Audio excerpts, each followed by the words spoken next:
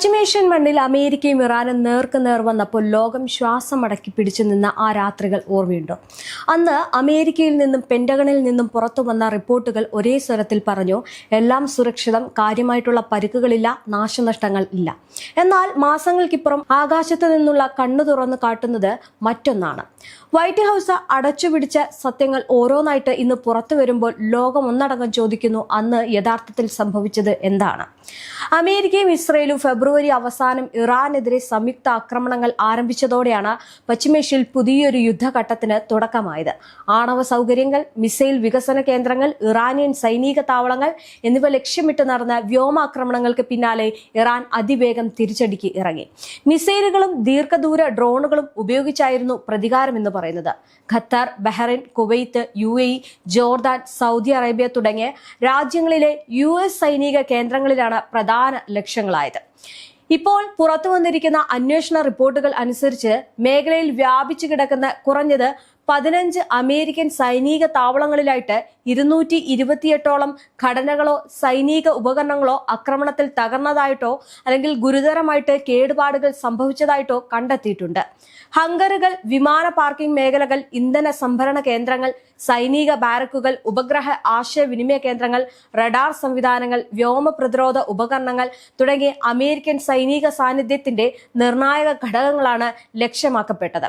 യുദ്ധത്തിന്റെ ആദ്യ ദിവസങ്ങളിൽ തന്നെ അമേരിക്കൻ സൈനിക കമാൻഡർമാർക്ക് സ്ഥിതിഗതികൾ ഗുരുതരമാണെന്ന് മനസ്സിലാക്കിയിരുന്നുവെന്നാണ് റിപ്പോർട്ടുകൾ വ്യക്തമാക്കുന്നത്. എന്നാൽ ചില താവളങ്ങൾ സാധാരണ പ്രവർത്തനങ്ങൾക്ക് പോലും സുരക്ഷിതമല്ല എന്ന വിലയിരുത്തലിനെ തുടർന്ന് നിരവധി സൈനിക ഉദ്യോഗസ്ഥരെയും സാങ്കേതിക വിദഗ്ധരെയും അടിയന്തരമായിട്ട് മറ്റ് കേന്ദ്രങ്ങളിലേക്ക് മാറ്റിയതായിട്ട് അമേരിക്കൻ പ്രതിരോധ വകുപ്പിലെ ഉദ്യോഗസ്ഥരെ ഉദ്ധരിച്ച് മാധ്യമങ്ങൾ റിപ്പോർട്ട് ചെയ്യുന്നു.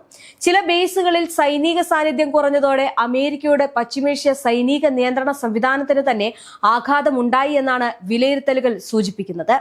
എന്തായാലും ഇതിലെ ഏറ്റവും ശ്രദ്ധേയമായിട്ടുള്ള ഭാഗം ഉപഗ്രഹ ചിത്രങ്ങളുമായി ബന്ധപ്പെട്ട വിവാദമാണ്. യുദ്ധം ആരംഭിച്ച് 2 ആഴ്ചയ്ക്കുള്ളിൽ തന്നെ പ്രധാന ഉപഗ്രഹ ചിത്രീകരണ കമ്പനികളായിട്ടുള്ള വാൻഡർ പ്ലാനറ്റ് എന്നിവയ്ക്ക് അമേരിക്ക സമ്മർദ്ദം ചെലുത്തി എന്നാണ് റിപ്പോർട്ടുകൾ പറയുന്നത്. യുദ്ധമേഖലയിലെ ചിത്രങ്ങൾ പ്രസിദ്ധീകരിക്കുന്നത് വൈകിക്കുകയോ ചില ചിത്രങ്ങൾ തടഞ്ഞു വെക്കുകയോ ചെയ്യണമെന്നാവശ്യപ്പെട്ടതായിട്ടും പറയുന്നുണ്ടായിരുന്നു. ഇതിലൂടെ ഇറാന്റെ ആക്രമണങ്ങളുടെ യഥാർത്ഥ വ്യാപ്തി പുറത്തുവരുന്നത് നിയന്ത്രിക്കാനായിരുന്നു ശ്രമം എന്നാണ് വിമർശനം. എന്നിരുന്നാലും ഇറാനിയൻ വാർത്താ ഏജൻസികൾ ഉയർന്ന റെസല്യൂഷനിലുള്ള ഉപഗ്രഹ ചിത്രങ്ങൾ സോഷ്യൽ മീഡിയയിൽ തുടർച്ചയായിട്ട് പുറത്തുവിട്ടതോടെ സ്ഥിതി പൂർണ്ണമായിട്ട് മറച്ചുവെക്കാൻ അമേരിക്കയ്ക്ക് കഴിഞ്ഞില്ല. എന്നാൽ ഈ ചിത്രങ്ങളിൽ 100-ലധികം സ്വതന്ത്രമായിട്ട് പരിശോധിച്ച അന്വേഷണ സംഘങ്ങൾ കൃത്രിമത്വത്തിന്റെ തെളിവുകളൊന്നും കണ്ടെത്തിയില്ല എന്നാണ് റിപ്പോർട്ടുകൾ പറയുന്നത്. യൂറോപ്യൻ യൂണിയന്റെ കോപ്പർനിക്കസ് ഉപഗ്രഹ സംവിധാനത്തിൽ നിന്നുള്ള ചിത്രങ്ങളും മറ്റ് വാണിജ്യ ഉപഗ്രഹ ഡേറ്റകളും ഉപയോഗിച്ച് നടത്തിയ താരതമ്യ പഠനങ്ങളും ഇറാന്റെ അവകാശവാദങ്ങളെ ഭാഗികമായെങ്കിലും ശരിവെക്കുന്നതായിട്ട് വിലയിരുത്തപ്പെട്ടു. ഖത്തറിലെ അൽ ഉദൈദ് വ്യോമതാവളത്തിലുണ്ടായ നാശനഷ്ടങ്ങളാണ് ഏറ്റവും കൂടുതൽ ചർച്ചയായത്. അമേരിക്കയുടെ പശ്ചിമേഷ്യൻ സൈനിക പ്രവർത്തനങ്ങളുടെ ഹൃദയ കേന്ദ്രമായിട്ട് കണക്കാക്കപ്പെടുന്ന ഈ താവളത്തിലെ ഉപഗ്രഹ ആശയവിനിമയ കേന്ദ്രം നേരിട്ട് ആക്രമണത്തിൽ തകർന്നതായാണ് റിപ്പോർട്ടുകൾ പറയുന്നത്. ബഹ്റൈനിലെ അമേരിക്കൻ 5ാം കപ്പൽപ്പട ആസ്ഥാനത്തെ ഉപഗ്രഹ ഡിഷുകൾക്കും കേടുപാടുകൾ സംഭവിച്ചു. കുവൈറ്റിലെ ക്യാമ്പ് ബൂബറിങ്ങിലുള്ള പവർ പ്ലാന്റ് ആക്രമണത്തിൽ പ്രവർത്തനാരഹിതമായി.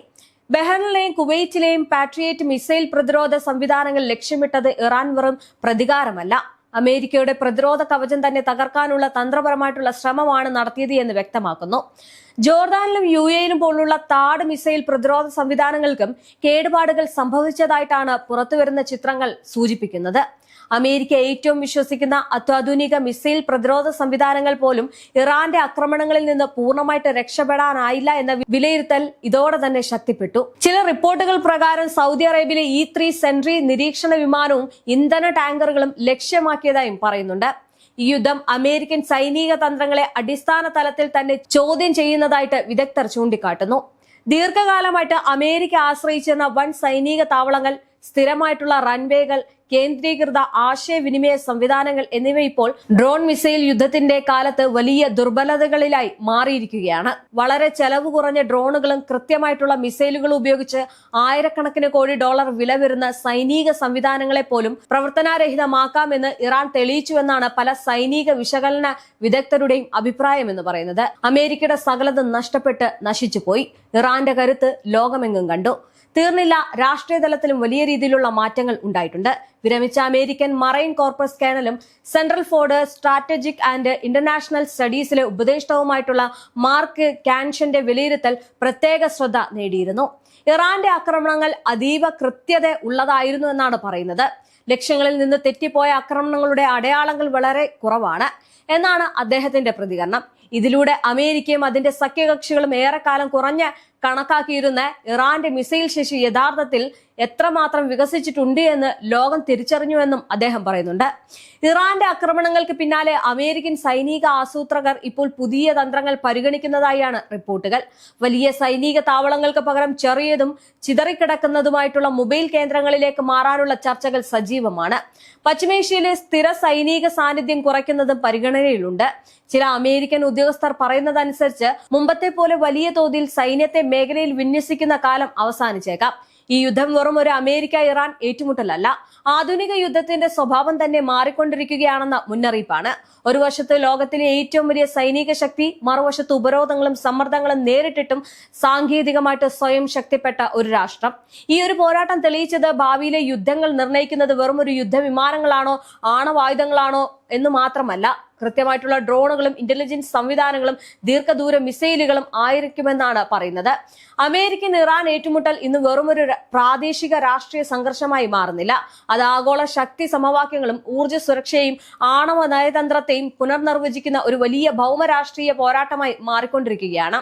ഈ പശ്ചാത്തലത്തിലാണ് ഇന്ത്യ ടുഡേ ഗ്ലോബലിന് നൽകിയ പ്രത്യേക അഭിമുഖത്തിൽ ഇറാനിയൻ രാഷ്ട്രീയ വിശകലന വിദഗ്ധനും പ്രൊഫസറുമായിട്ടുള്ള സായിദ് മുഹമ്മദ് മറാണ്ടി അവതരിപ്പിച്ച വാദങ്ങൾ അന്താരാഷ്ട്ര തലത്തിൽ വലിയ ചർച്ചകൾക്ക് വഴിവെച്ചത്.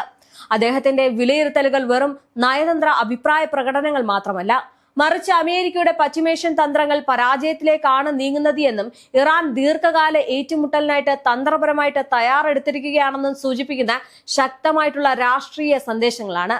മറാണ്ടിയുടെ വാദങ്ങളുടെ കേന്ദ്രത്തിൽ നിൽക്കുന്നത് ഒരു പ്രധാന ആശയമാണ്: അമേരിക്ക പ്രതീക്ഷിച്ച വേഗത്തിലുള്ള വിജയം യാഥാർത്ഥ്യമായില്ല, മറിച്ച് സന്ദേശം നീളുന്തോറും ഇറാൻ കൂടുതൽ ആത്മവിശ്വാസത്തോടെ മുന്നേറുകയാണ്.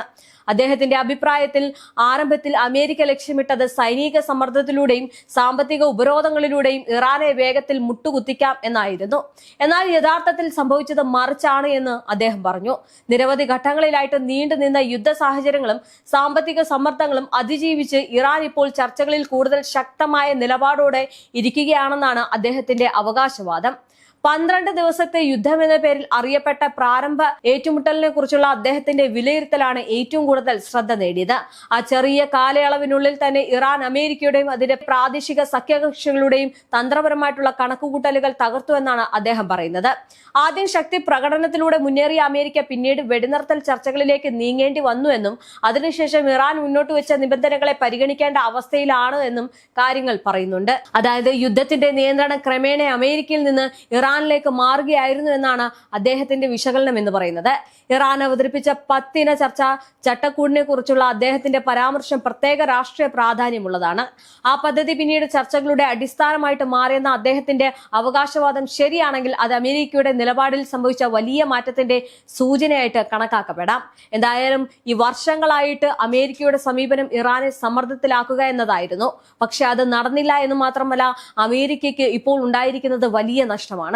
എണ്ണി പറഞ്ഞാൽ തീരാത്തത്രയും കണക്കുകളും അതുപോലെ തന്നെ നാശനഷ്ടങ്ങളും സാമ്പത്തിക നഷ്ടങ്ങളുമാണ് ഇപ്പോൾ അമേരിക്ക എന്ന് പറയുന്ന ആ മഹാശക്തി എന്ന് സ്വയമേ വിളിക്കപ്പെടുന്ന രാജ്യത്തിനുള്ളത്.